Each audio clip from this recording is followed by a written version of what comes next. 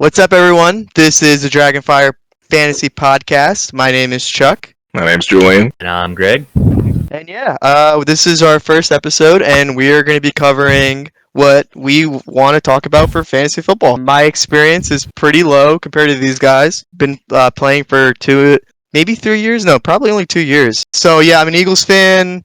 Everyone calls me a Saints fan. My life is miserable. Yeah. I think I've been playing for... This is probably my 6th or 7th year. So I've been playing fantasy football for about 13 years now, going on my 13th season. I've always had spectacular regular season victories, great records, then would falter in the playoffs until recently. The past couple of seasons, just been crushing my leagues, been very happy about it. I'm an Eagles fan as well, so hopefully they don't screw up this draft too bad. Fire We're going to get into that. Oh, yes, we are. I've done pretty well the past few years. Lost to Chuck in a championship like last year. Other than that, I think I do all right. Tend to draft well. Notice some good sleepers I can get late in the draft. And, it's all about the moves. I'm good at fleecing people in trades, so hopefully I can start a segment on that. And I was an Eagles fan until like 2 days ago. I'll probably be back after we draft Devontae Smith at 12, but we'll see. Yeah. Waddle all the way. Waddle to 12. Oh man. I know. It's gonna be a really hard couple of months until the draft. It's only like 1 month, right? Really? It's about 30 days away or so. Oh no, not this close. Oh man. Do you guys want to jump onto the first topic? We're going to cover the NFC East and relevant fantasy players in that division. And we're going to go by standings from last year. So we get to start with our favorite team, the Eagles. Whose favorite team? Our favorite team. Oh, you and Greg? Come on, Julian. Jesus Christ. So angry. I know. We have to support them through thick and thin. It's like a marriage. Who wants to start off? All right. So how exactly should we go through this? Just start talking. Yeah, fantasy guys. I kind of liked. I kind of just went through position first and just saw what their expert rankings were and what you would think. So you want to do position and team, or you want to do position overall division? I would say just position overall. So we'll do quarterbacks, and we'll talk about all. We'll go through, Jalen, Dak, presumably. Yeah. Who is starting for Washington? Is it Heineke? It's Ryan Fitzpatrick. I think it's Fitzpatrick. Fitz. Yeah, Fitz. Yeah. So okay, let's talk about our boy Jalen Hurts. I was surprised to see that experts have him pretty high. They have him QB 12.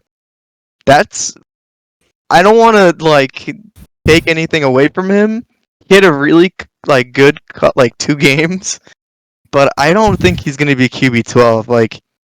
I don't know. Maybe QB 15, right in the middle. But I don't know. I think he's gonna be even higher. The way his rushing stats, just take him above and beyond everyone else. So I think he could easily be a top 10. I mean, you look just based on his rushing numbers, he'll have that of an RB2 almost. Plus, you get all the throwing on there too. So I think he's gonna So you look at the top of these QB rankings here, and you have all the kind of hybrid quarterbacks, I guess we call them now, the guys who run. So obviously 1 is Patrick Mahomes. Everyone's going to rank him as 1. Next you got Allen, Murray, Jackson, Dak, and Watson. So that's 1, 2, 3, 4, 5 straight who are kind of the hybrid guys who run and they want to pass a lot. And Hurts is going to give you that. So I can totally see him being around 12. When I saw 12, I was kind of shocked that I thought it'd be higher as well. And I guess it's hard to. I think he should be ranked above Brady. Brady's going to throw a lot of touchdowns. Maybe people don't value our receiving core as much. But yeah, I think he's earned that spot for now. I think he'll end the season in the top 10. Oh, wow. Yeah, I'm kind of low on him, surprisingly. But yeah, no, I really agree with your guys' opinions too.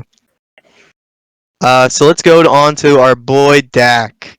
Dak is number 5, and I agree with this. Like, especially if he can bounce back. I love Dak. I hate he's on the Cowboys because he's a great guy and a great player. Yeah, I agree. I think Dak. Do we know when he's coming back? I think he is lined up to come back in the beginning of the season. I think that he got hurt pretty early last year, and I think he's had a lot of time to recover. I don't think it's official yet, but I did see reports that he was healing a month ahead of schedule. So, yeah, if things line up, looks good. Even if I even can see if he misses like a game or two, he can still end up top 5. Okay. Yeah, I agree with that. I see that. The pace he was on last year was just out of this world, and it's even his receivers got more time to get used to the system. They're gonna just throw the ball. Their defense hasn't gotten that much better, so they're gonna continue throwing like crazy. Yeah, totally. I mean, they got Keanu Neal. He's probably going to save like 50 yards a game, but then Dak's still going to have to throw for 450. So, yeah, he should do really well, all health considered. And correct me if I'm wrong, I think the O-line's intact, the receiver core is still intact. Maybe this helps free up Zeke a little bit. But, yeah. They also got an additional tight end, Dalton Schultz. Dalton Schultz will still be there, but Blake Jarwin should be back, and he could have he could be a little more explosive, so that'd help even more. So, Dak probably would go in like the 4th or 5th round in most drafts. That wouldn't surprise me. Yeah, I agree. All right, so next guy, our boy Daniel Jones. Danny Dimes. He's QB 19. That's not that. I would say probably higher. I think look who's above him though. I think Carson Wentz. Oh yeah, right. The almighty Carson Wentz. I meant in general, but yeah. Right. No. Oh yeah. These guys hate Chuck hates Carson Wentz. So I hate Carson. Get into this discourse going forward. Yeah. But I mean, I wouldn't rank Daniel Jones above these guys so far. I might rank Derek Carr over him. Yeah, I don't know. I think that's a good spot for him. He's shown flashes, but he's also shown horrible flashes.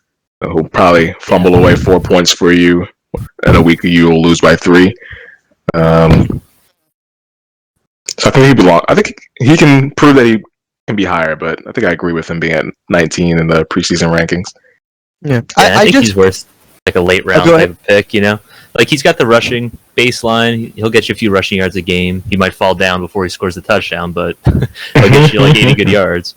And he's got upgraded weapons now with Kenny Galladay. So, I could see him right around in that mix. He could be worth a good late round pick, if you're trying to fade quarterbacks early. Yeah. He was missing. He didn't have a true wide receiver one, like unless you want to call Golden Tate that. Wasn't Sterling Shepard hurt a lot last year? Obviously, Saquon was out, and Ingram was good. He made the Pro Bowl, but it wasn't much competition in the NFC. And now he's got Galladay, like you said. So, weapons are there. Saquon's back. I think his 3rd year, he should look a lot better. So let's get to the Washington football team. I'm not going to screw up their name, I promise. We gotta. Gotta watch that. Yeah, we have to watch that. So yeah, I don't think you should pick up any Washington football team players at all. I mean, quarterbacks. Quarterbacks. Fitzpatrick is QB 36. If you're having to pick up, if you have to start Fitzpatrick, that's kind of a nightmare. Unless it's later on in the season and I'd really suggest not drafting Heineke or Fitzpatrick. They're okay. I think that they're not going to flash. If you're in a very deep league and it's a 2-quarterback league, maybe pick them up as your second option. But I don't know. I don't think it's worth it. I think there's way better quarterbacks on the team. Even I would rather pick Teddy Bridgewater up before Fitzpatrick, which is pretty sad. Yeah, so unless you're in like a 12, 14, 16 team league and everyone in front of you decide to take 2 quarterbacks before you got the chance to take one, I don't think you should draft Fitz as the guy you're going to depend on. Maybe a late round or free agency flyer to see if he starts going on one of his magical streaks. Yeah. Be offense has some good weapons. I think they're going to be a better team overall. I think the defense is going to be even better, which is scary. So maybe he won't have to pull out as many miracles as he's been known to try to do. But I still, I find it hard to doubt him. Every time I believe in him, he hurts me, and every time I say he's not going to do anything, he ruins my trip to Miami 2 years ago.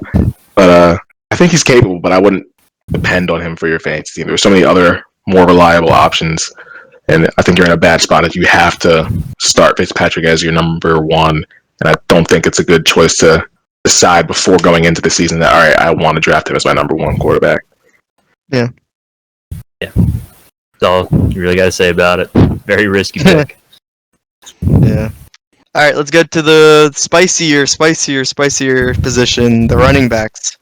Oh yeah. For the Eagles, we actually have someone. We have fucking Miles Sanders, and he's QB 12 or like an average, and yeah, Running back 12. yeah. Sorry, whoa. Dude. What do you mean? He's switching the quarterback. He's our best player. He should play the best position. Yeah, I mean, we are a QB factory, so. Yeah, we are a QB factory. Oh god, he's gonna throw to Joe Flacco. But Miles Sanders, yeah, RB12. He's pretty awesome. I love him in this spot. I think he's good, and I think that he's going to be like the bread and butter for our offense. Hard to argue with that, yeah. Offensive line coming back. Yeah. Offense in general should just be better. Well, we got one. Probably get some help somewhere in the draft, I hope. And we'll see what happens. I mean, I'm hoping that the O-line can stay intact for a full season. As you're going in drafting players, you want to assume that. I hope Brooks and Lane can keep it together. And the last 2 years have been like freak injuries that have hindered Miles. So I think hopefully he's finally fully unleashed. And we even saw a glimpse of it last year. He had like 3 rushes for like 75 plus yard touchdowns or near touchdowns if he didn't fumble. And he got that kind of skill and talent with the type of line we had. I think if we can hold it together on the low line, it should be even better. So I think he'll be a steal wherever you get him, but there is risk because that line tends to fall apart. Yeah. And I do, and just not to harp on Miles Sanders, but we do know the most about him because he's on our team. I like our new head coach. I think he's going to develop more of a running scheme. Probably get Miles more involved. So I have a lot of hope for him. Yeah. And there's no way he plays with like worse QB play than he did last year. So I think that'll help him. Yeah, I agree. And the other running back that we got is Boston Scott. He's a decent handcuff. He's RB.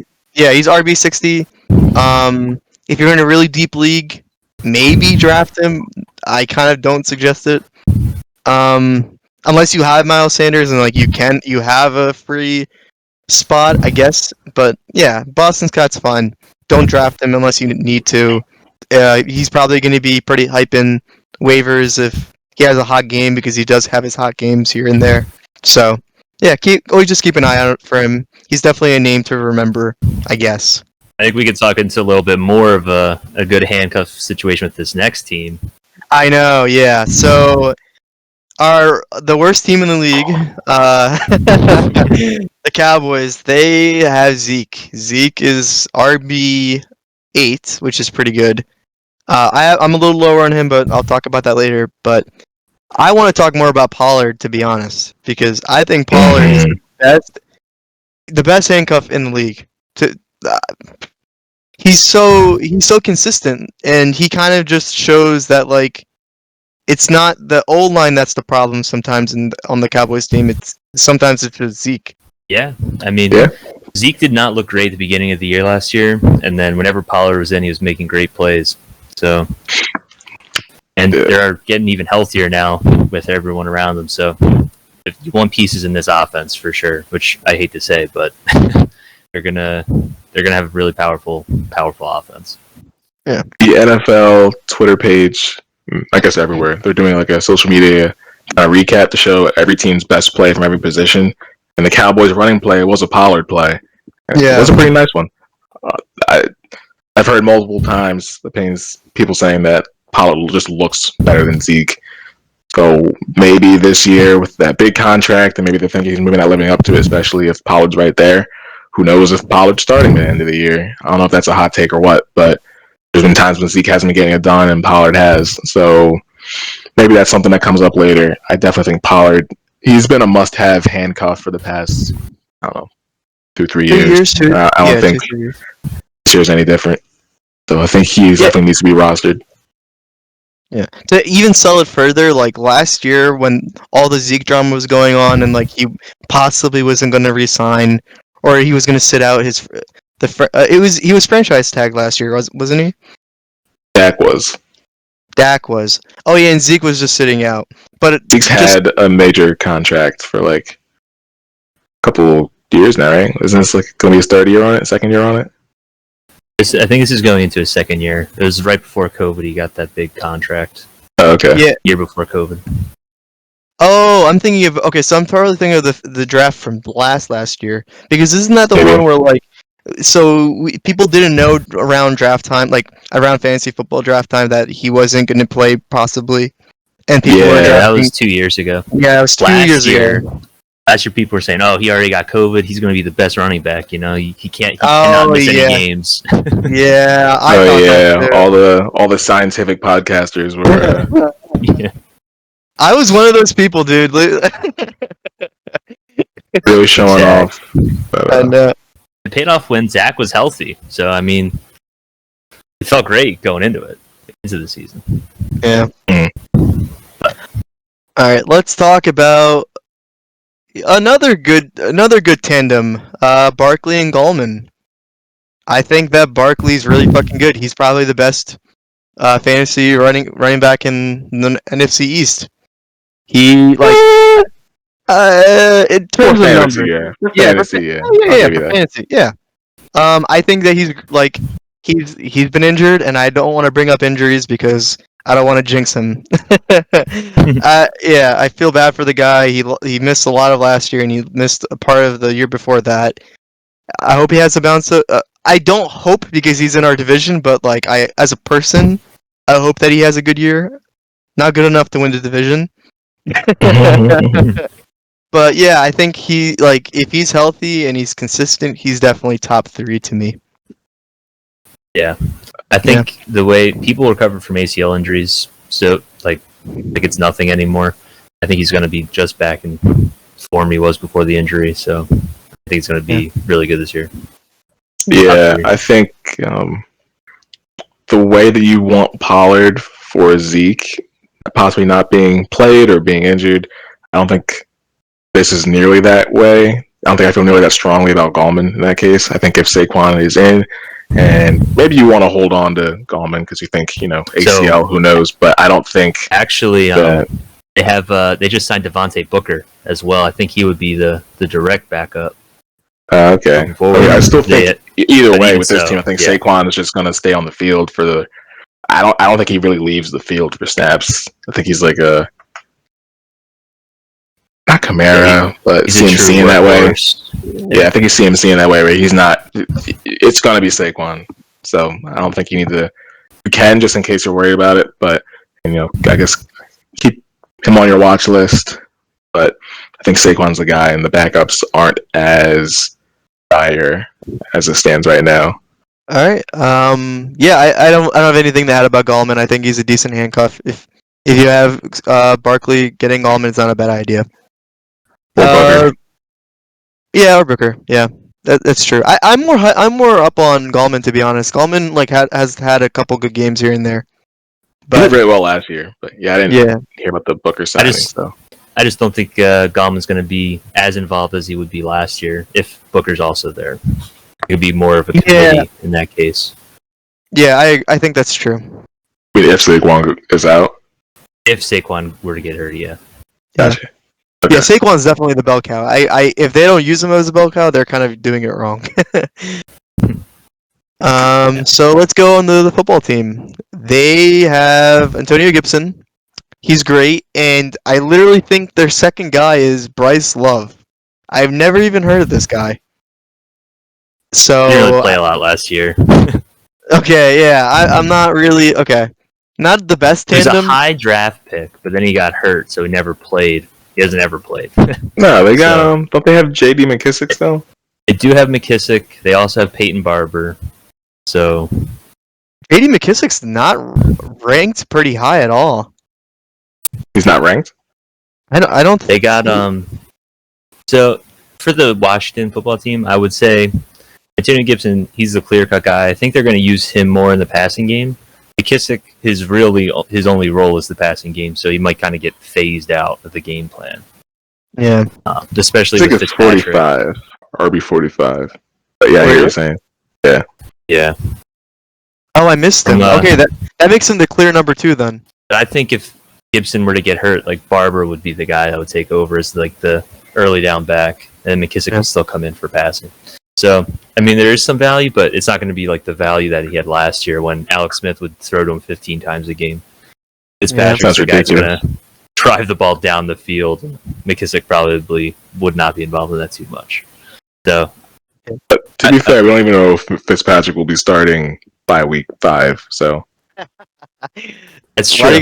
But I'm not dissing him. Like it's they go back and forth. He's the guy you bring in as he's a journeyman. He's the guy you bring in to nurture your room and be that spark you need when you need it. But I don't think Washington football team thinks he's like their permanent solution at quarterback. I mean, Heineke did as much as people overhype Heineke from one playoff performance, which was good. I think that he still can be a serviceable starter. Maybe they're looking for him to be the guy at some point. And who knows? So they paid. They paid Fitzpatrick in the offseason, so he's definitely gonna get the first shot. But yeah, he's definitely blown that before. Okay, let's go to wide receivers, and this is going to be really sad, and I want to get over this really quickly for the Eagles. Yeah. Why? Why would you say that? Just because we don't really have that much fantasy talent for wide receiver. What? What? Yeah. Oh man. Okay, so the most relevant people we can talk about are Jalen Reagor and Travis Fulgham. Our wide receiver 52 and wide receiver 98. Don't forget Jamar. Don't forget Jamar. Never mind. Oh man, I know. My bad. It's okay, Waddle. You gave up on that 2 days ago. Hey, but we got Greg Ward. Greg is the man. Greg Ward. Greg. No, we already covered quarterbacks. What are you talking about? Yeah, I know. I do love me some Greg Ward, but he's not the most fantasy relevant guy. So I guess there's not a lot of guys named Greg out there, so I gotta pull them out when I can. It's fair. Yeah, I kind of like If you have any of these guys, I feel bad for you. Who knows? Just right now. Like if you're drafting and you land one of these guys, waivers maybe if like they look better throughout the year, yeah. But no, I think Reagor can be a late round flyer. I can see him as a flex maybe, but like I can't even see him as wide receiver 2 on your team. Oh, that's what I'm saying. Like for drafting purposes, I think you should take a late round shot at Reagor to see what he becomes, because he could again. Eagles players all dealt with statistically the worst quarterback play in the league last year. That was Carson. I believe in Carson Wentz, but last year you can't deny the fact that he was terrible. The offense ran terribly, wasn't good, and Reagor was out for most of the year anyway. So who knows what we could become with a new coach who doesn't need to force the ball to Alshon Jeffrey, a quarterback who's not playing at the absolute worst quarterback play of the year, which I doubt Hurts will do. Yeah. Again, we all hope the line will be better.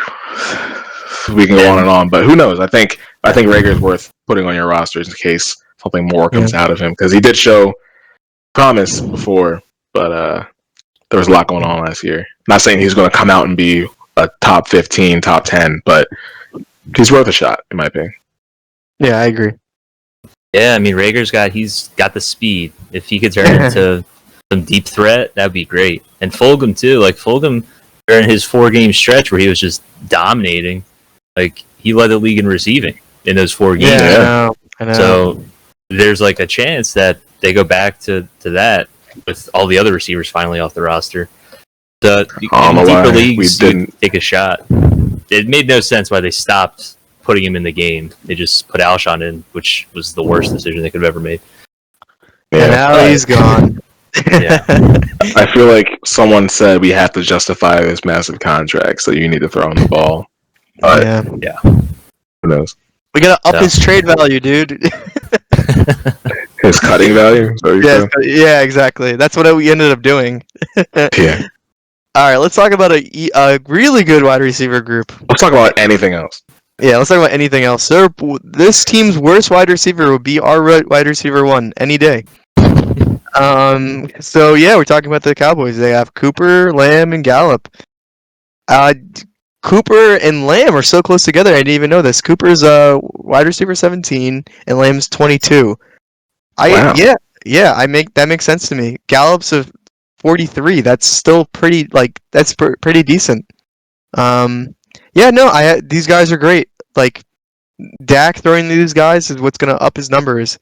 I even say that Lamb will probably do a little better than Cooper this year in fantasy. I think that being the second guy will give you more chances, and going against the number 2 cornerback will get you the ball more. I'm pretty high on CD Lamb in his group. I think this could be like Mike Evans, Chris Godwin situation from 2 years ago, or exactly. kind of last year.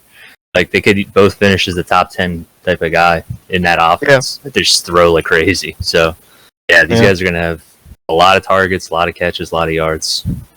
Gonna be fun to watch. I don't know if that you're the number 2, so you'll do better because you're facing worse coverage argument. I don't know if I believe in that all the time.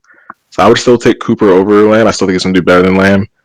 Like what we saw a couple years ago with Juju and AB. Like I don't think that happens every year. But I think they're all gonna be really good this year. Yeah, you guys kind of said it most. So for Gallup, how high do you think Gallup is going to go? Because they're going to throw a lot more and it'd be better passes with Dak back. You think Gallup can overperform on his, mid 40s ranking? Yeah, I think that's very low for Gallup. I'm not sure where you would throw him in exactly, but 43 seems too. I think he's closer to the other two, and yeah, he's pretty good. Over 20 spots away. So he could be a good little late round flyer. Be useful for your team, little bench stash type of thing. See what happens with him. Yeah, because when it's third and 15, because Zeke got stuffed twice at the line, like Dak's gonna throw it to anybody, and gonna have to do that. Not to crap on Zeke, but they're all gonna get thrown to so much. Like it's ridiculous. I don't think any of them are gonna be this low. I definitely think if you have any of them, you're going to be happy. I guess for fantasy, you might be less happy with Cooper from where you'll have to draft him. Yeah, that's a good point. Just from the cost, but they're all going to give you very good production, and I do think Cooper will have the most, but I don't think he's going to blow the other guys out the water. Yeah, you might be better off getting CD like a round or two later and getting another top flight guy in round 3 or whenever you have to draft Cooper. Okay, let's go to the Washington. Oh no, sorry, Giants. They just got Galladay. Galladay is really good. Yeah. If he stays, has he had like a long history of health issues? I think last year was just mostly last year. Okay. Yeah, I can double check that. But you guys could keep. I feel like every year I consider Galladay, and I'm like, no, he might get hurt, and then I see later that he's hurt. I hope he's not, because when he's in, he's really good. He played every game in 2019, and then only 5 games last year. He got hurt. Okay. And the year before that, like 2018, 2017, 2018 had some injuries too, missed a few games, but he has shown he could play a full season. Last year was kind of a weird thing, and I think he could have came back in, but Detroit was like, no, we don't want you to get hurt even more, that kind of thing. Then he was going into free agency, so he was like, oh, well, I don't think I need to play anymore, that kind of thing. And then ended up only playing this 5 games. But when he plays, he's a beast. He's like one of the best in the 50-50 catches. He doesn't get a lot of separation, but he'll go up and get it every time. So I'm looking at their wide receiver core, and they're pretty stacked with fantasy relevant names. Yeah. From Galladay to Sterling Shepard to Darius Slayton to Evan Ingram. I don't want to go as far as saying that the target share will be that much lower for any of these guys than you would expect, but it's just a lot of people there. Yeah, that's part of the reason I like Daniel Jones, because he's got like some good weapons are all around him. He might not throw to him as much as he might not be as accurate, but he's got the opportunity. Slayton's gonna have the games where he's 2 targets, 2 receptions for 86 yards and 2 touchdowns, and then other games where he's like 2 for 4, 40 yards, no touchdowns. But the other guys pretty well targeted normally. Yeah. So I don't know where Galladay's going to end up falling in drafts, but I probably, since he's on the Giants, people aren't going to be as high on him. I think he has a chance to outproduce where he's being drafted, where he would be drafted, just because of the ECR is Daniel 18. Jones effect. Or his rank is 18. I think that's probably a good spot. I think he could probably go a little bit higher, like outproduce a couple guys ahead of him, potentially. But he's also on the Giants with Daniel Jones, so that is something to keep in mind. Yeah. I mean, the more Danny Dimes fumbles, the more we'll have to throw to get them back in the game. So he can run 22 miles an hour. Crazy. I mean, his legs can run. I don't know if his body keeps up with it. Oh my god. That was one bad play. We're just never gonna let him live it down. Forever. He scored again on it like the next time he played the Eagles anyway. So I think let's get to the Washington football team. I think their offense is going to be carried by this guy, Scary Terry McLaurin. He's so good. He is he has the speed, he has the separation, he has the hands. I'm worried because if Ryan Fitzpatrick can be consistent, that team's going to be kind of scary on offense. Did you say that sentence one more time? What did I say? Ryan Fitzpatrick's going to be good? No, he said consistent. Yeah, if he can be consistent. That's the big caveat. Can be. He's probably not going to be. But I am really high on Terry McLaurin. He's really fucking good. And who's their even number 2 guy? I'm forgetting his name now. Curtis Samuel. They just signed him free agency. Yeah. He's pretty good. He's pretty good. That's a good duo. They also have Adam Humphries.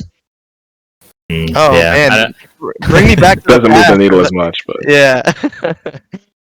Yeah, the McLaurin and Curtis. Curtis is definitely going to draw some coverage away from McLaurin because and if they don't respect it, I mean Curtis will get open, and I think that's a pretty good duo. It's not top notch like some of the other names like Cooper and Lamb, but I think they'll be pretty good. Fitzmagic. He'll have some good games with them. They'll definitely have some explosive games, but they'll probably be a little hit or miss. McLaurin obviously is the guy you want, but you have to pay up to get him probably.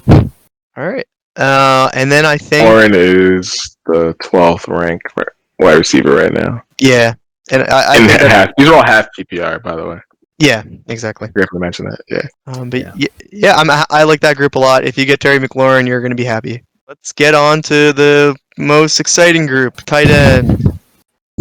And what's funny is I saw Zach Ertz's position rank, and I kind of had a mini heart attack. I'm like, oh man, tight end 18. 2 years ago, he was literally tight end 4, or even 3 or 2. I think he was mostly. Yeah, I think it was 2 or 3 for the most part 2 years ago. Yeah, crazy. All the 18. And I don't want to speculate on trading because there has been rumors that he might be traded, but right now if he plays for the Eagles in 2021, I think he is going to have kind of a resurgence. Definitely not going to be top 10 or even 15. I think he's going to have a decent year. Especially if he really learns about I don't know, if he really comes back better. He took a lot of time off. He was injured last year. I don't know. I don't want to talk too much about Zach Ertz. I'm more excited about Dallas Goedert, but he doesn't even have that much fantasy relevance either, to be honest. Goddard? Yeah. Doesn't? I think Goddard's even ranked below. Maybe I'm tripping. You might need to double check. Alex is No. 7. Oh Alex is 7 man, right now, dude. Okay, I don't even know my own team. which Yeah, no, sounds so- right. He's ranked below Noah Fant, which I don't even agree with. Actually, Fant just had a bad year with a pretty bad quarterback, but yeah. I Fant's guess good. that's about right for Dallas. Then I like Fant. Yeah. Well, first off, we're gonna draft Kyle Pitt. Oh, never mind. So Oh, we're yeah. either gonna have Dallas Goedert or Ertz going at it, and I think Ertz made a lot of disheartened plays last year. You know, the Super Bowl year, it was well known stat that he had like no drops, and he was making outrageous catches and outrageous plays, and he was pretty consistent the year after. And I don't know what happened last year. People were saying the trade talks might have gotten in his head, and that his heart wasn't in it. And you saw him drop like easy passes right in his hands, and I don't know. I'm not gonna say for sure that played into it, but I feel like last year is not his norm, and I feel like even though he's a little older, I want to say he's on the decline. I feel like he still has that enemy who's just making uncharacteristic bad plays. So if he plays there, I think like Chuck said he'll bounce back a little bit. If he plays elsewhere, I think he'll really bounce back because maybe it'll be a better situation for him mentally and all that. Who knows? And again, every Eagles player played with Carson Wentz last year, which was not good. And I think Goddard 7 T7. I think that's about right. I think he'll be within 2 spots of that. Yeah, for sure. I'm not expecting high things from Ertz at all. If the Eagles keep him, I still think Goddard's going to be the number one guy at tight end. If they trade him, that'll help Goddard's target share even more. So I think Goddard's going to have a really good year too. Having him at 7 seems pretty good. That sound falls right in line. So yeah, I really hope the Eagles just get rid of Zach Ertz because I don't think he can really help the team in any way. But we'll see. We'll see what happens. In the next you don't want Ertz on the team? I'd rather it's just be gone. Keep him for his wife. We love Julie. She can stay. Yeah, their commercials together are pretty cute. Oh yeah, dude. I love their commercials. She's so good at soccer. Oh yeah, I mean they're all good. Well, oh yeah, the girls' soccer team. I thought you were talking about them two. Because Zach Ertz is not the one. All right, Cowboys. Man, I really before this podcast, I had to really look up who their tight ends were because I always forget. It's Blake Jarwin, and I'm still trying. Wait, what was the other guy? Dalton Schultz. Yikes. That Dalton connection last year, baby. Yeah. Oh yeah, great. I'm not hype about this duo at all. Jarwin is the higher ranked one too, and he's okay. Well, he's the starter if he's not hurt, and he did pretty well in 2019. Yeah, he's ranked 21. What type of injury he could be a sleeper. He could be a sleeper. Yeah, I definitely think he's injury. I don't know. Let's look that up. Yeah, I looked that up too. Probably ACL since he was out for the year, something like that. It was a knee surgery, yeah, ACL. So it was early ACL injury. He'll definitely be ready by the time the season starts. Yeah, before the season started, I think. Oh no, it was like game 1 or something. Yeah. So I think he'll bounce back pretty good, and he's definitely gonna leapfrog over Schultz. Schultz was just there because they needed someone. And made the simple plays, but I think Jarwin can actually be a little explosive on the field, and I could see him being top 15. Nothing like crazy. Sure, he'll have his games. But that offense is gonna throw a lot, and they got guys who can catch, and they're gonna block a lot. Yeah, they're also gonna run a little bit, not as much, but they're gonna run. They're probably gonna catch all the things teams do. But anyway, I think Jarwin should be a pretty good tight end this year. Do you think he's better? Like he's in the top 20, or he's not in the top 20? I think he's top 20. Okay. I disagree. I mean, who else we got? All right, Zach Ertz is in the top 20 right now. So. Oh, is he? Oh, Yeah. he's ranked 18. 18. I would move him back 2 spots. Switch him with Austin Hooper. But yeah, no, I don't know. I'm not that excited about their tight ends. I think their wide receivers are going to steal all the glory. I mean, that's fair. Yeah, maybe 20 is a little high. I don't know. You don't need to be a top tight end. You don't have to do I know. Not much. You don't have to do much. Yeah, that's true. All right. Let's go to the Oh no, sorry, Giants. Giants. You always forget the Giants. I always forget the Giants. I hate the Giants. They got, I just don't they like got the Pro Bowler. They got the Pro Bowler in our division, bro. Come on. Oh yeah, dude. And do you know who else they just signed?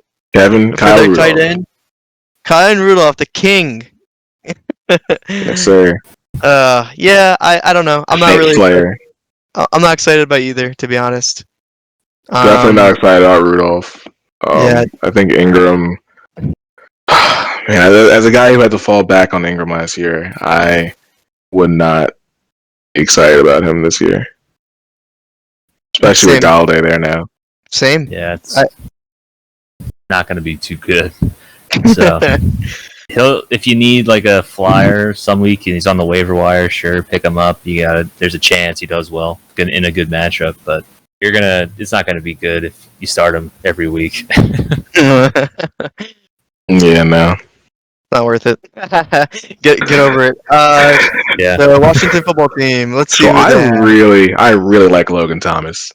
I think he's not good. well. He wasn't well known. Maybe through the year, he's ranked tight end 10.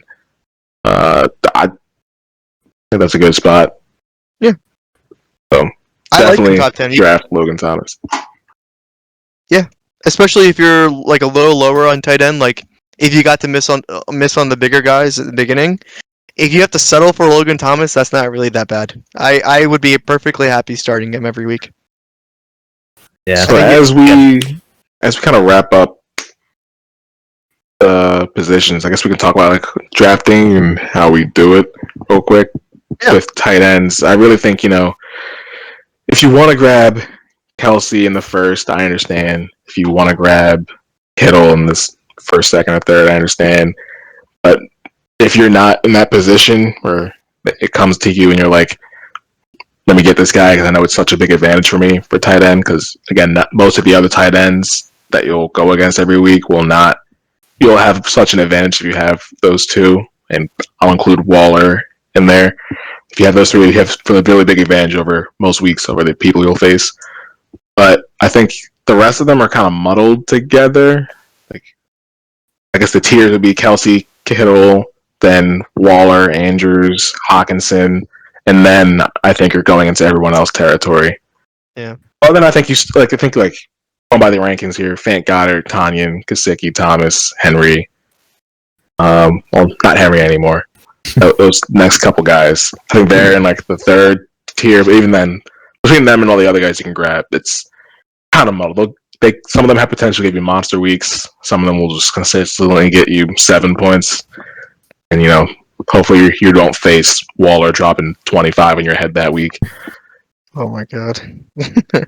But like we're saying, Logan Thomas, I think he's one of the guys you can depend to grab later. If you're looking at Kittle in round 3 and you're like, I want to grab another running back or a receiver, you can just think, I still got guys like Logan Thomas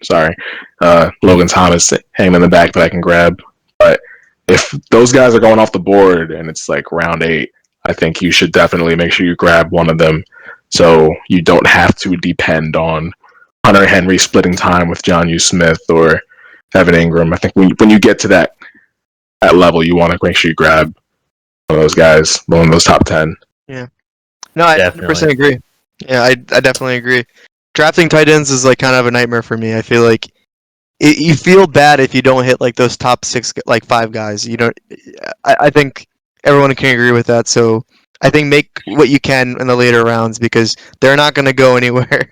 I think that's the sentiment you're getting at, and I agree. And it's the same thing for me with quarterbacks, people are going to draft Patrick Mahomes and Josh Allen, Kyler Murray, those type of guys in like the first 3 rounds. But like just last year, you could have got Josh Allen in the 7th or 8th round. So there's going to be another guy like that. That happened. There's always one guy in the late rounds who shows up and becomes a top 5 guy. It was like Dak Prescott a couple of years ago. Kyler Murray, Josh Allen last year, Lamar Jackson a couple of years ago too. I think guys you could look into like that, or even Jalen Hurts, and maybe even Daniel Jones. He might break out. Carson Wentz even. There's guys in the later rounds that are going to give you just as many points as the middle round guys like Tannehill and Brady. That kind of and you're wasting draft capital at that point too. Like it is like exciting to get like a Patrick Mahomes, but you are having the risk of like, oh, I wasted my second round pick on this when I could have gotten like a real stud. I think wasted is like a little harsh because again you're getting Patrick Mahomes, but you did use it up when you can get good value. You can still get a great quarterback, but now you'll have Devontae Adams instead of having your wide receiver 1 be Tyler Lockett. You know what I mean? Yeah. No, I agree. All right. Who would you rather have? Would you rather have Mahomes and Lockett, or would you rather have who did I just use as an example? Would you rather have Mahomes and Lockett, or would you rather have Herbert and Devontae Adams? Herbert and Devontae Adams any day. Yeah. Oh. Yeah. You can get Herbert way later, but you can't get another Devontae Adams way later. So. Yeah, exactly. And Tyler Lockett, perspective. Yeah, and Tyler Lockett is just, oh man, he will have his games, but he'll have like those 0 pointers. You're just like, fuck my life. I started you, and you're not even injured. Mahomes and Chris Godwin, or Herbert and Devontae Adams. Okay, that's a better one. I still want Herbert and Herbert and Adams, dude. Yeah. I think the same way. It's having those top in the first round guys, they're just such a difference maker in this other positions, running back and receiver. It's just you need one of those guys to get that advantage. Yep. Yeah. All right, last one. Mahomes and Chris Godwin, or Herbert and say the wide receiver 1 will be Stephon Diggs. Oh wow, I think that's exactly even. I still would go Stephon Diggs and Herbert. I think. Oh man, I think. That. To me, it's just a big advantage over Godwin and Herbert and Mahomes. Obviously, Mahomes is going to have his games, but I feel like I'd rather have Diggs. Patrick Mahomes is so consistent, though. What was the last time he's gotten less than 20 points? And not been injured? It's a great question. Yeah, not been injured. Probably the Super Bowl. Oh, come on.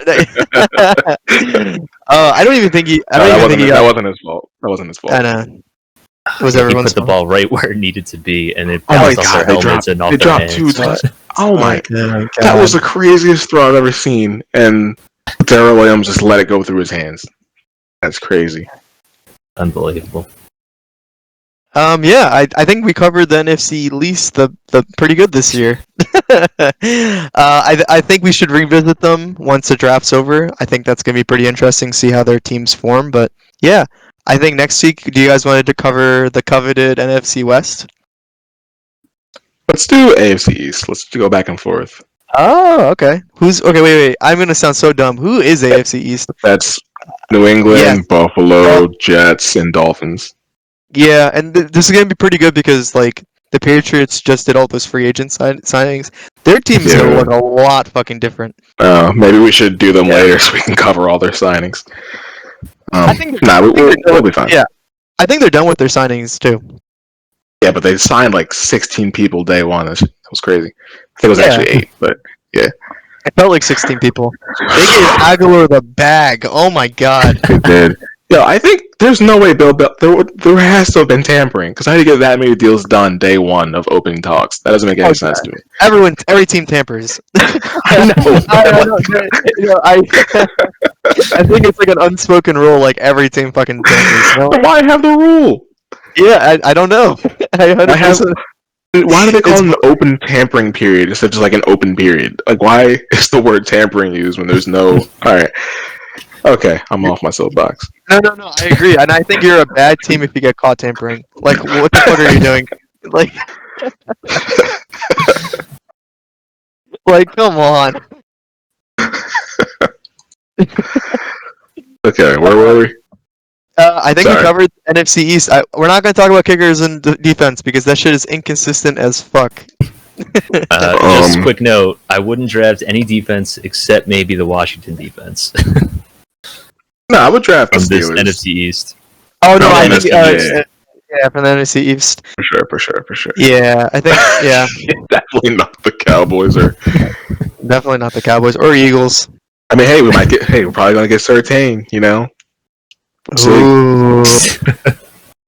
And he's out. Patrick Surtain would defense. Yeah. So we're gonna cover our 30 to 16 half PPR rankings for this upcoming year. I think we have some very spicy picks, and yeah, I'll start off, and I'll say my 30th pick would probably be J.K. Dobbins from Baltimore. He's consensus 28. I think he's going to kind of fall off this year. That team is a little strange with how many options of running they have, and they have Mark Andrews, who's a pretty good receiver, and who knows, their wide receiver group might finally click, and I think he might get less carrying time or less. I'm not really high on J.K. Dobbins. Is mostly what I want to say. Yeah, I like J.K. Dobbins. I think Mark Ingram's gone. He'll have more volume at running, and Baltimore's pretty much been a run first, like historically great run first offense lately. So he definitely belongs in the top 30. My 31st is Patrick Mahomes, just because I don't think you need to draft a quarterback that high, but I feel like he deserves to be mentioned. But my 30th pick is Antonio Gibson, running back for the Washington football teams. He had a breakout, well, it was his rookie season, right? He had a good year last year, and I think that will continue. I think the offense will, I want to say, be more stable at quarterback, but this magic's there, so who knows, actually. But I think he'll be a top 30 player. He's shown hands. He's shown the ability to run all over defenses, like Thanksgiving Day against the Cowboys. I think you'll be happy with where you draft him. He can definitely be RB1 too. Was that? For sure. He can definitely be an RB1. I have him right there at RB12 on my rankings. I think, I think Antonio Gibson's going to have a great year. I have him as my 21st guy off the board. I think he's going to be a dependable guy. He could be RB1, RB2 type of player. He can get another stud early. I agree. For my 30th guy, I have Julio Jones. He had kind of a down year because of injury last year. I think he has bounced back year, and he could be fringe RB1 or wide receiver 1 territory, even with Calvin Ridley there. So yeah, my 29th would be Josh Jacobs. The Raiders are not helping. I don't know. They don't really have a receiving unit, so I mean, maybe Josh Jacobs is gonna have to do a lot of the load. They did just pick up. Who did they just pick up? I'm going crazy. Kenyon Drake. That's annoying, especially if you're a Josh Jacobs enthusiast. I think it's good for the team, but definitely not for fantasy. Oh yeah. I mean, I could care less about the Raiders. Is basically what I'm saying. But like, as a fantasy owner of Josh Jacobs, I don't care. Fair, it's fair. Yeah. My 29. Oh, sorry, Josh Jacobs. Yeah, I agree with what you said. I guess I'm a little worried about Kenyon Drake dipping into Josh Jacobs' time. I think he was like was he around 1 last year, or was that the year before? Around Josh Jacobs. Yeah. He's fallen off. 6. 6? Jeez. Really? Yeah, pretty high. Some people had him that high. Yeah, okay. I think I might have taken him at like 12 in one of my leagues, something like that. Yeah. But he's this Kenyon Drake hurts him a little bit, and I think some people remember the injury history he had. He was pretty good last year, but yeah, I can see him. He's not in my top 30, but I can see him being placed there. Yeah, I have the same sentiment as Julian. Just I don't think the Raiders' offense is going to be too great, and with Kenyon Drake there, I kind of had to drop Jacobs down the board. My 29 is Miles Sanders. I'm just not too confident in our offense, and Okay. I'm a little scared about the line.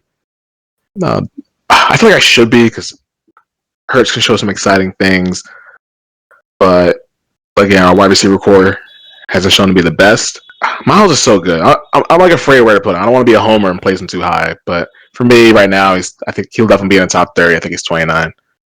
Yeah. It's Now, also hard because I feel like we have a weird bias because he's an Eagle. Like I feel like with yeah, Eagles that I can never place them in the right spot because I'm like, am I like putting them too low because like I have such little doubt on our team, or am I putting him too high because he's an Eagle? You know what I mean? right. I think 2 years ago, 2019, I don't know what he finished, but he had a really good year throughout. Even with the team going through injuries, it was kind of obvious that he was one of our best players at the time. It was like Carson and then him. And last year, he was outright our best player if he could stay on the field. All those long touchdown runs he had, just incredible stuff for you and your fantasy team. He just battled a little bit of injury himself. So we'll see how he does this year. I don't know where he's going to go in drafts, but I think it's good value in like the second or third round by second. Yeah, I agree. He's probably like late second. I think he'll be pretty good this upcoming year. He's definitely the guy at the running back position for the Eagles, so that's going to help. But it's hard to say how well the offense is going to run with all the changes we've made. So a lot of uncertainty. But I think he will be good. For me at 29, I got Terry McLaurin. I think he's going to have a great year. Fitzmagic's going to help boost his numbers a little bit, even if he throws a couple pick sixes early on, kind of like Jameis Winston back in the day. And he'll just bomb it out to McLaurin.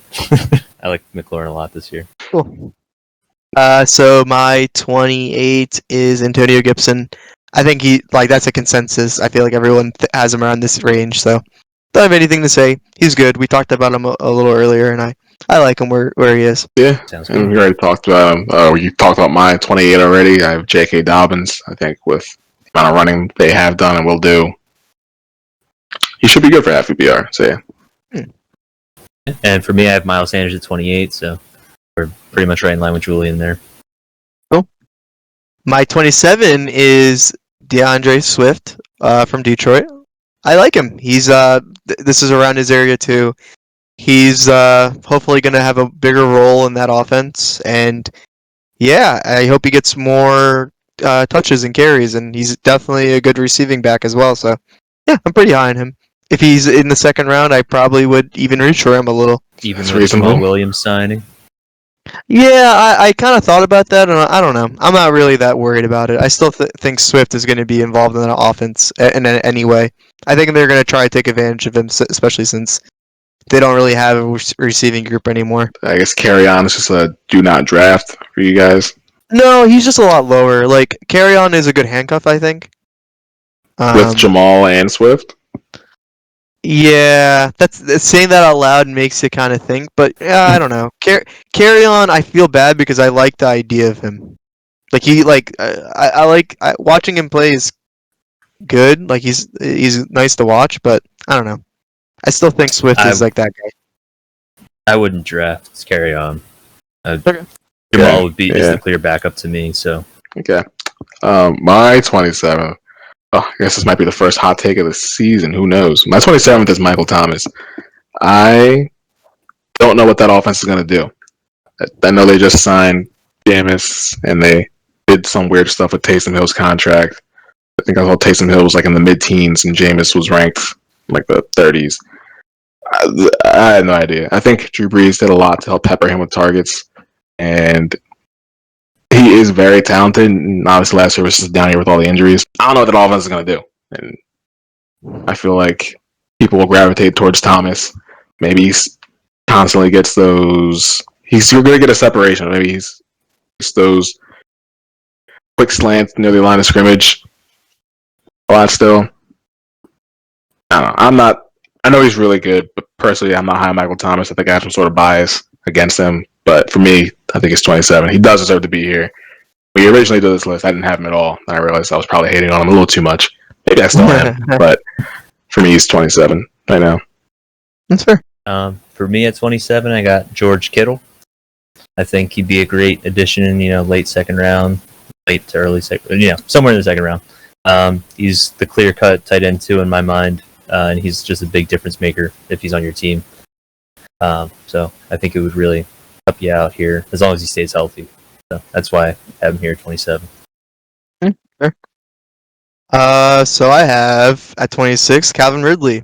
I don't know. Falcons look weird to me this year. I think that they're definitely going to be weak. I don't know what they're going to do in the draft, and I'm just saying right now, thinking about Matty Ryan. So I don't know. I think that Calvin Ridley is a good pickup at this point. I think he's a little. People are putting him a little higher at 17, but I have him at 26. I'm a lot lower, but yeah, Calvin Ridley is a weird guy to me. He's really good, but I think that team is kind of is a dumpster fire right now.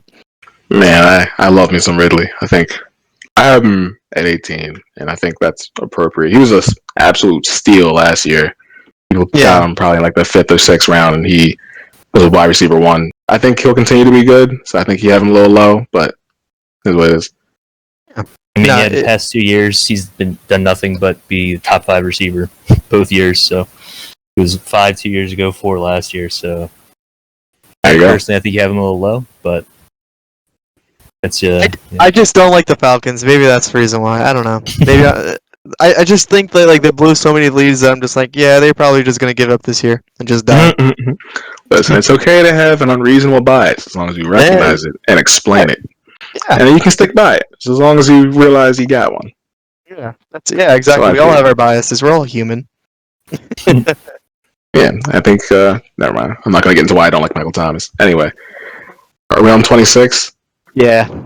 On 26 is Keenan Allen. Like him a lot. I am just a little concerned about the injuries. I think he is an absolute baller. I probably have him too low, but the injuries, and when last season he was like, start me, and then he caught like one pass. That was I don't know, when people recognize fantasy and then don't hold up to it, kind of sticks with me. But he is a beast. I do like him, so I'm gonna have him here at 26 for now. For me at 26, I got J.K. Dobbins. So we talked about him a bunch already. I think he's going to have a great year in Baltimore. So another more biased, and everyone's not going to like this one, but Cam Akers at 25. I sound dejected because I'm like, I know he's good, but I don't know. I feel like the Rams have a lot of other options now, and I can't see him getting that much work.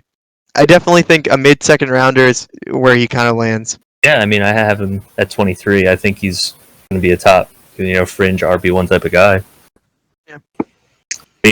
At 25, it doesn't doesn't really correlate with what you're saying about him. No, I'm saying that, because the consensus is 18, so there's a difference of that's 7 spots.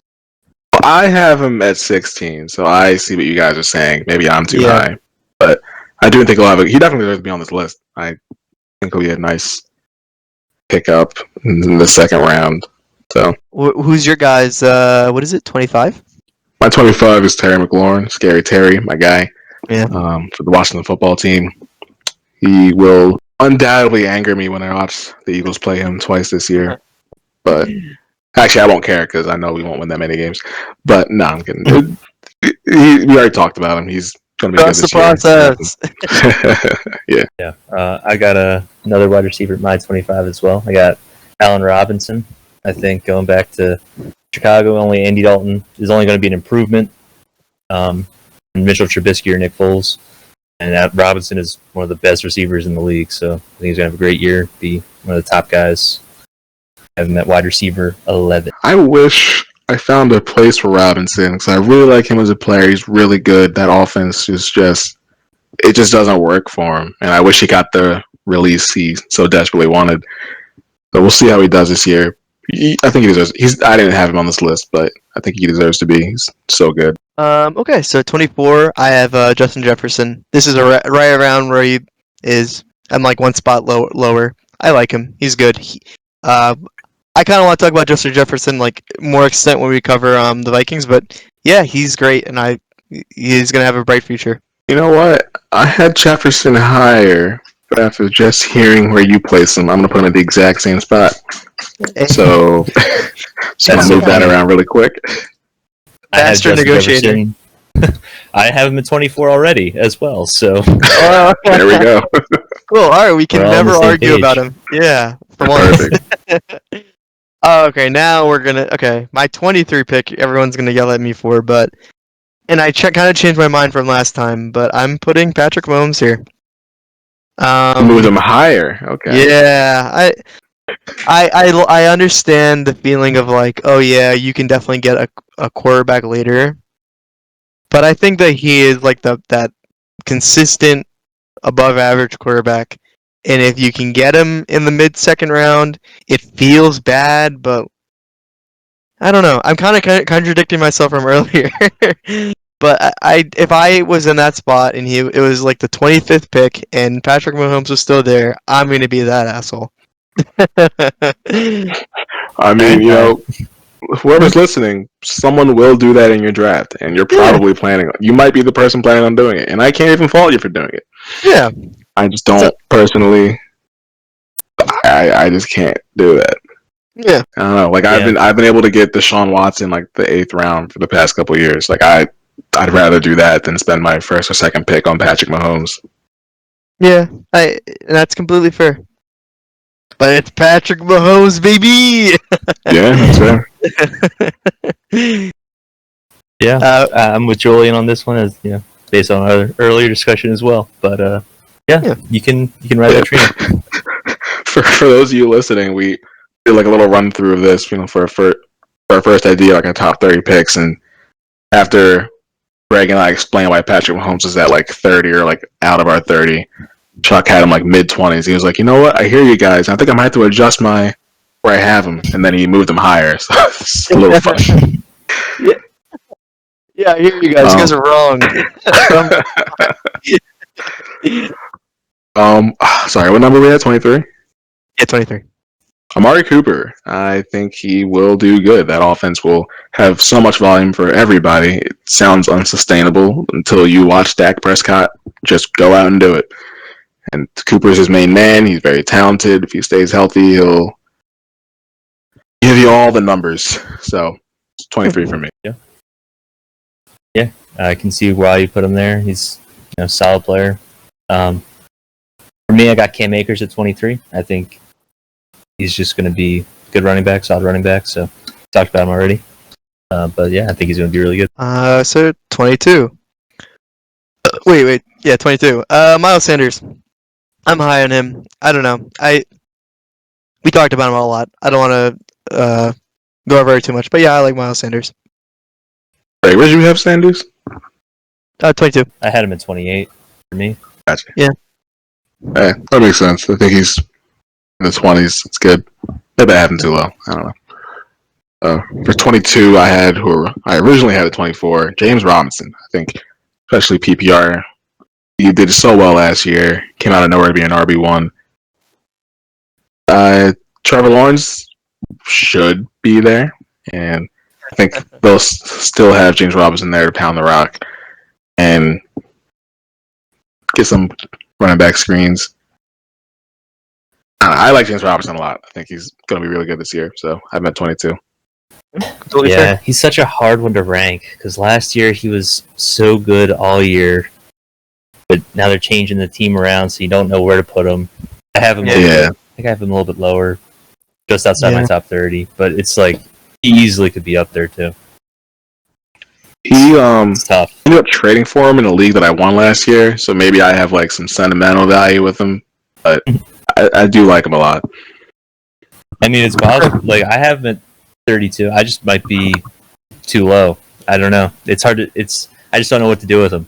So I'll probably miss out on him this year. But I definitely want to see the draft. Like I want to see who the Jags draft, because if they like don't pick a running back at all, his value goes up all the way. I think. I mean, who else do they have?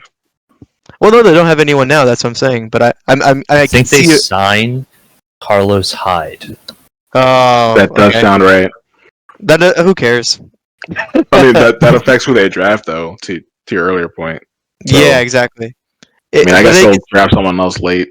They have David Exitbo coming back, or I know someone unfortunately had to retire due to COVID complications from their running back room. But I think someone else got injured and was going to come back, or was just behind Robinson last year who's going to come back. I'm just trying to picture if they would draft another running back early. I don't think they would, especially with how good Robinson did. So I think we'll have a lot of volume. Yeah.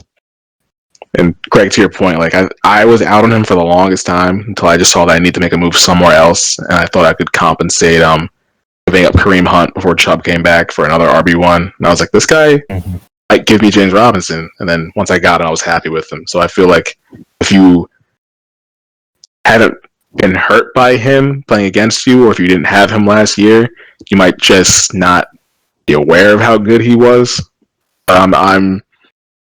I would fully recommend drafting Robinson. I got Keenan Allen at my 22.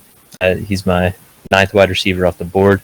I think him and Herbert are just going to do good things this year. Like, they were on a tear to start the year last year. I think the coaching staff change is only going to help their connection, and Allen is just a top-notch receiver. So I think here at 22 will be a great pick for your team. I completely agree. For 21, I have DK Metcalf. He's a little lower than where people have him going. People have him going around 16.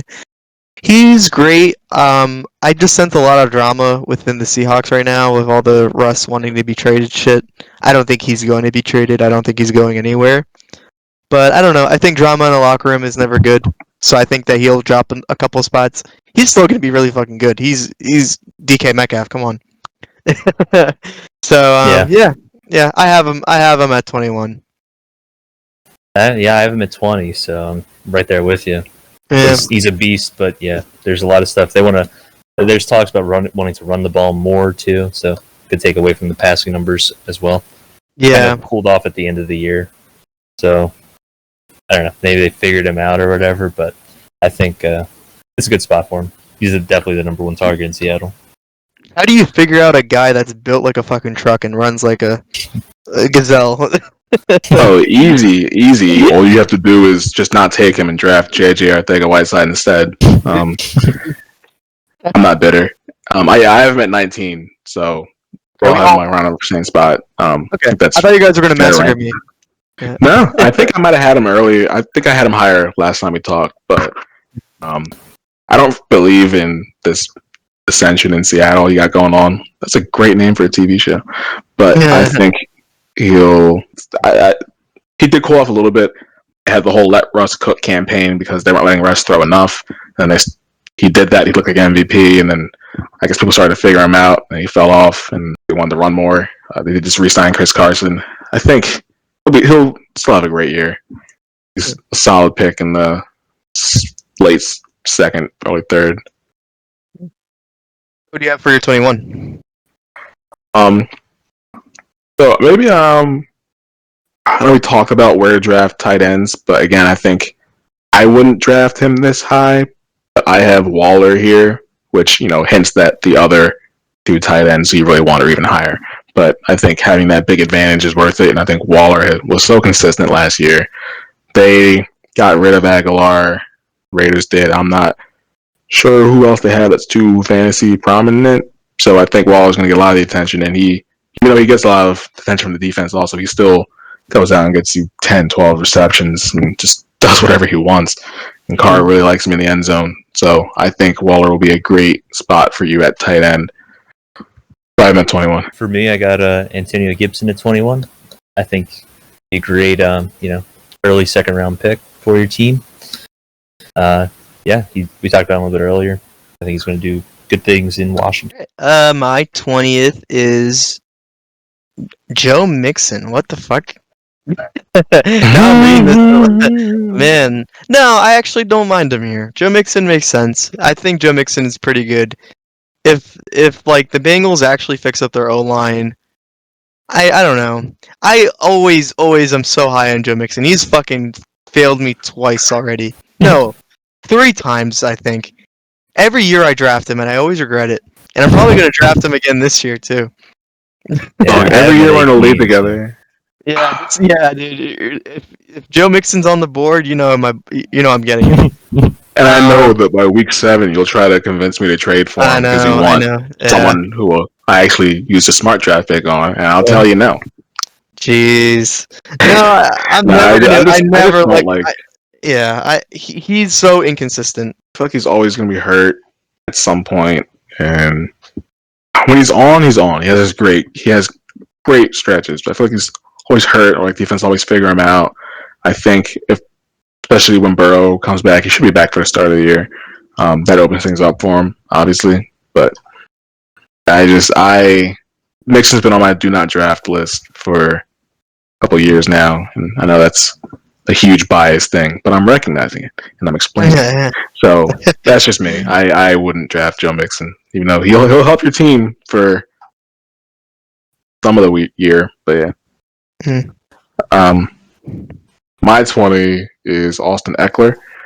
I had him a lot higher last time we spoke, and then I sort of cooled off him a little bit, especially in half PPR, because a lot of his production comes from catches. And I think he's still really good for your team. Everyone we're going to mention now is really good for your team.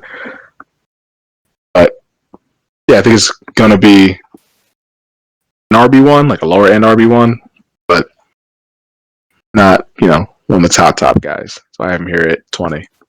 Yeah, that's completely fair. I have DK Metcalf here at 20. Talked about him a little bit already. That's where we're at. 19, and I don't think anyone's going to argue with this. AJ Brown.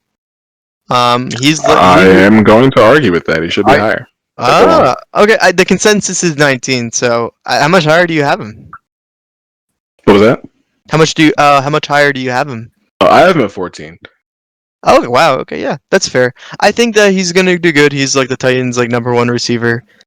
Titans lost a lot of guys this year. That's the reason why I'm a little more skeptical. But yeah, 19 I think is a great spot. If it's the end of the second round and AJ Brown's there, you got to pick him up. I think it's a steal at that point. I guess it's just a second pick, so maybe not. But yeah, he's definitely worth. I mean, like second round guy, right? That's a great spot to pick him up. But yeah, imagine I would be happy to have him on my team. Yeah, imagine if it's you are the first pick and it's 10 people. You get Christian McCaffrey and then you get AJ Brown. Pretty good. Why would I pick Christian McCaffrey first? Why would I ever do that? Oh yeah, sorry, Boston Scott. Yeah, exactly. Yeah, if I got Boston Scott and AJ Brown, yeah, that's definitely a great 1-2 punch to start your draft. So I'd be happy with that. Yeah, I think that's totally possible.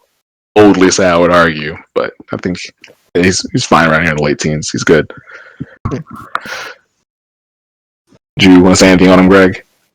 Oh, I mean, I have him at 17. I think it's a great spot, like in this kind of area. I think he's going to do great things again. He was one of top 5 in consistency last year. He always gave you good production when he was on the field. He just had that weird injury early on that kind of held him back, but he played through it, and he should be even better now that he's fully recovered from it. I forgot he was injured all year, apparently, right? He was, and yeah, a surgery. We didn't even know. On both even know. Yeah, they scoped him out, so he should be even better than last year. So, and it's just scary. That's a grown ass man carrying 2 to 3 people in the end zone. That's pretty insane. Yeah, I think things like that boost him up to me. All the Titans was bruisers, Yeah. Except for Tannehill just break your ankles because you were looking the other way at Derrick Henry. But I know. Yeah. Anyway, my 19 is DK Metcalf, and we brought him up the last 2 picks already. So. Yeah. For me, I have Michael Thomas at 19. I think he's the clear-cut number 1 on a team that doesn't have many offensive weapons. So they got basically Thomas and Kamara the only options. So I think no matter who the quarterback is, I think Thomas is going to be utilized pretty well. So I have him here, my wide receiver 7. Just a couple of years ago with Drew Brees, he was wide receiver 1. Obviously, Brees is retired, but I mean, he's still really good. So I think they'll be able to get him the ball. And wide receiver 7 feels right to me. Since we're going to keep talking about this, he's my 18. Initially, I had him way higher, kind of like stopped taking a little crazy pills. So no, I have him at 18 now. Yeah, like you guys are saying, I think he's pretty good. I think that Michael Thomas with like if it's Jameis or Taysom, I think that he's gonna be that number one guy. They don't really have anyone else. They might draft another wide receiver in the draft. So I don't know, but I'm pretty high on him right now. I know he's like that meme of like, oh, he's just a slot receiver, but he's pretty good. Does anyone else want to say? Oh, Julian, what's your 18th? My 18 is Calvin Ridley. Love him. I think he'll continue to go off this year. I didn't even know where he finished, but it makes sense to me that he was 5 the year before and 4 last year. He was 1 for a while there. I think he missed a game or 2. So who knows where he would have landed. He's great. Draft Calvin Ridley. If you don't, I will. Yeah, I feel the same way. I have Ridley up at 16 for me, so super there you high. go. But at my 18, I got Joe Mixon. I think you have him higher than I do. Dude, you have him higher. Oh my god, and you were letting me get crucified earlier. Well, yeah. You take it all early, and then it's all, it's a little less when it gets to me. You know, Greg, that's a smart pick. Good for you. Thank you. I knew you would appreciate it. Dude. They're going to get better offensive line help. There's just going to be a better offense overall, and Joe Mixon's going to be a big part of it now that he's healthy again. I think they had some weird situation with his foot last year that just kept prolonging his injury. I don't think that would happen again. When he plays, he's going to be good. I mean, we say we don't think injuries will happen with Joe Mixon again, but like they've been happening for the past however many years. I don't know. Yeah, I don't argue too much because like he is good. He is very good, but I just feel like he'll always be hurt at some point. I don't know. Yeah, I think we all have like that guy where we're just like we never want to touch.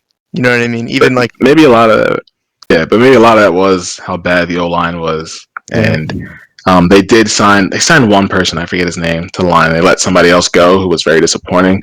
I still think they're going to draft I want to butcher his name. Penei Sewell.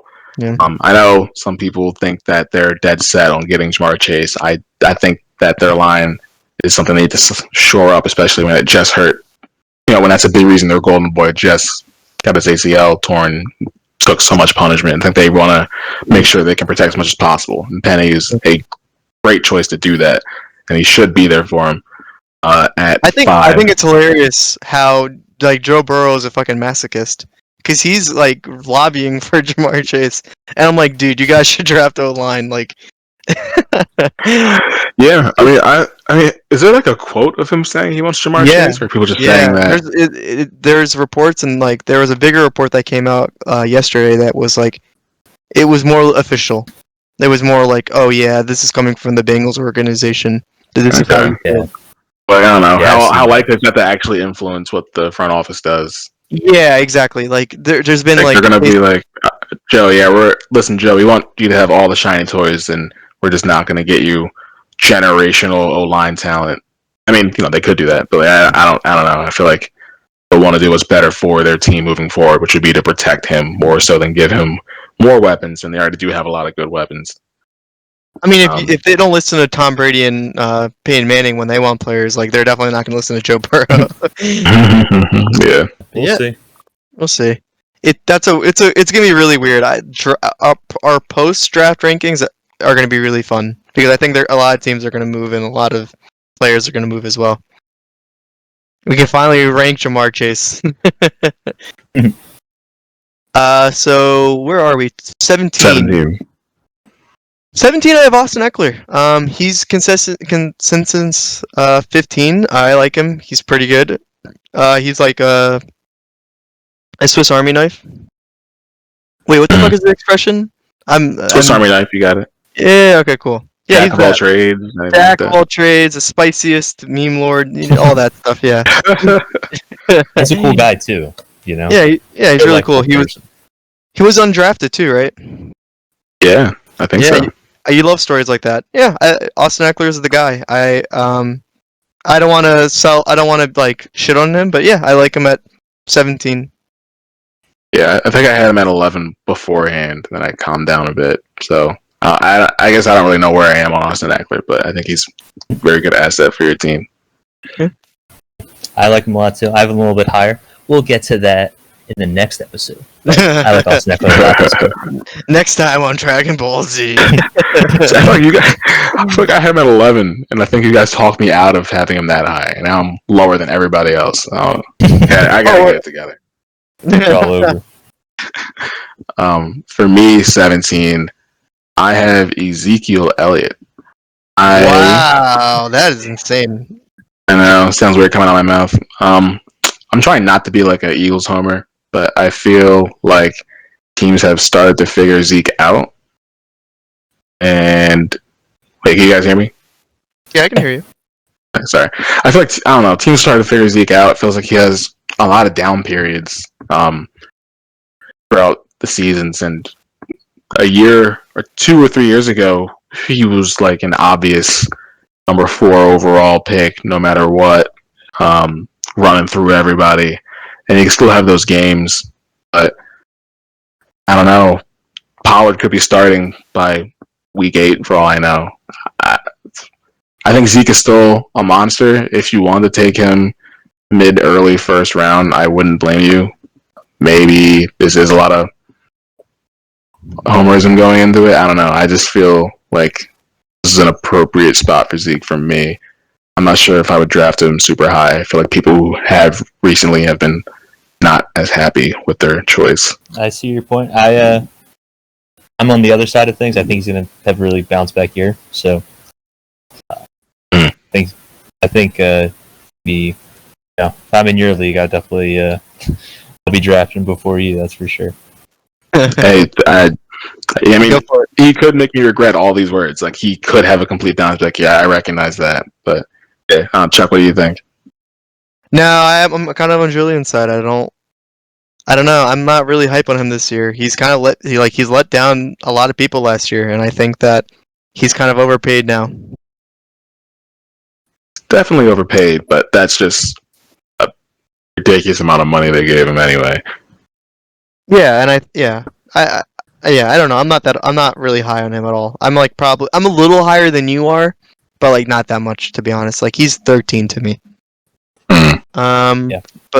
But so you just said that was your 17th pick, right, Julian? Yeah, it's Greg's 17 now. Yeah, what's yours, bro? Yeah, I got AJ Brown here at 17. We talked about him.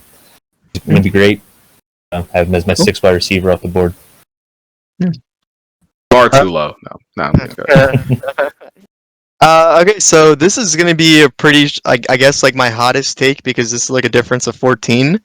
I have Keenan Allen at 16.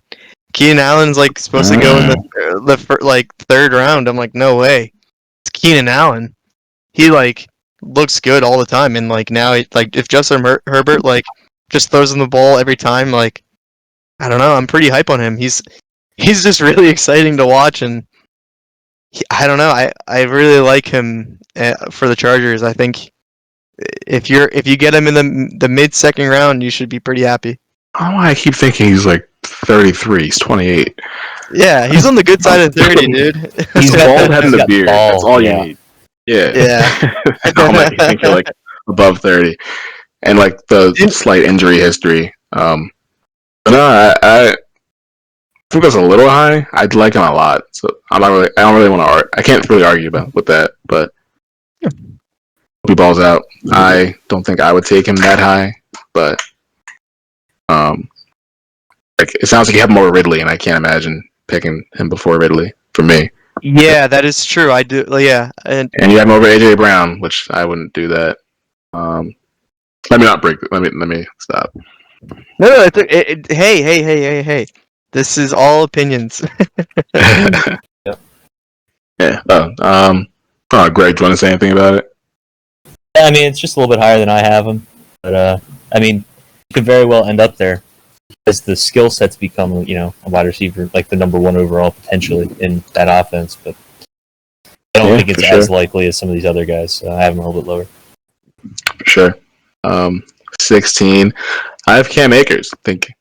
I guess where you guys have Allen higher than I do, I have Akers higher than you guys do. I think it's kind of got that spot to himself in Los Angeles now. I think he's got a way better quarterback to help stretch the field and throw him passes.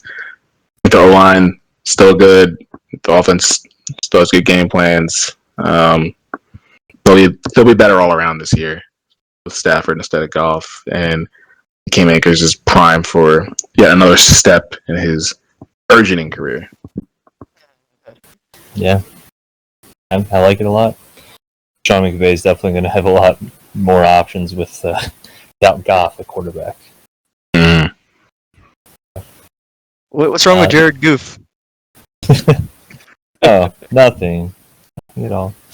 Didn't trade him away and all their first round picks for no reason. Yeah, but for me, for at 16, I got Calvin Ridley. I think he's a beast.